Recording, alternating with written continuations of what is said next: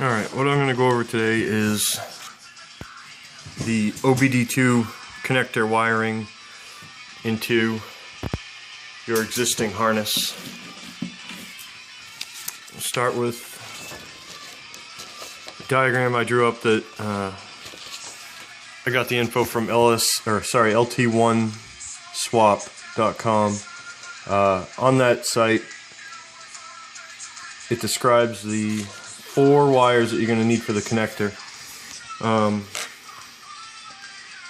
You're going to need number 2, 4 and 5, and pin 16.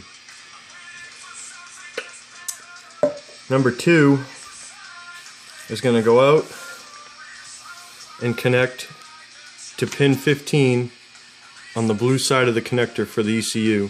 That should be a dark green wire, and it's a serial data to OBDII, and that's all that's there for. 4 and 5, you can splice them together and go straight to a good ground. Pin 16 is battery positive. It's listed as battery positive. I'm going to run mine to a switched 12 volt source, just that way this is only live when the key's on.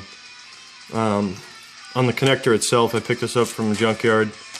It had 5 wires in it. There was a purple wire that was in the number 2 slot, and this thicker dark green wire was actually in number 14, I believe. This isn't used. This purple wire isn't used, so I pulled it and took that thicker green wire and put it in the serial data port. So the serial data port is this green one, and that's going to run to the dark green coming out of the ECU on the blue connector, pin 58. 4 and 5 are both ground. One's black and one's black with a white tracer. Those will end up twisting together, soldering to a thicker gauge ground with an eyelet on it, shrink wrapped of course. And then pin 16 is a switched 12 volt. If you look at your blue connector,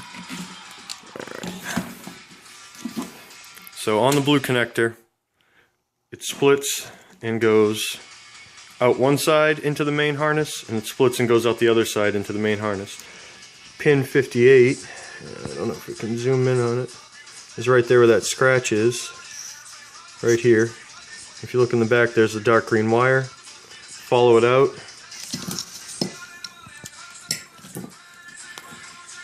Clip it, strip it back on this end, and solder it in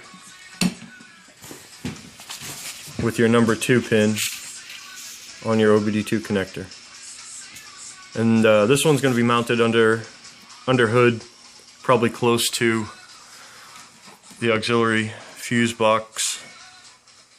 And my switched 12 volt power is probably going to go to this switched 12 volt power wire and right on this nut. And ground can just go to any good body ground. I'll probably run it long enough so that it can go to an engine ground, just because the connection will probably be a little bit better than a dirty old 1981 body. If anybody has any questions, or somebody wants to see a video of how to actually do a proper wiring job as opposed to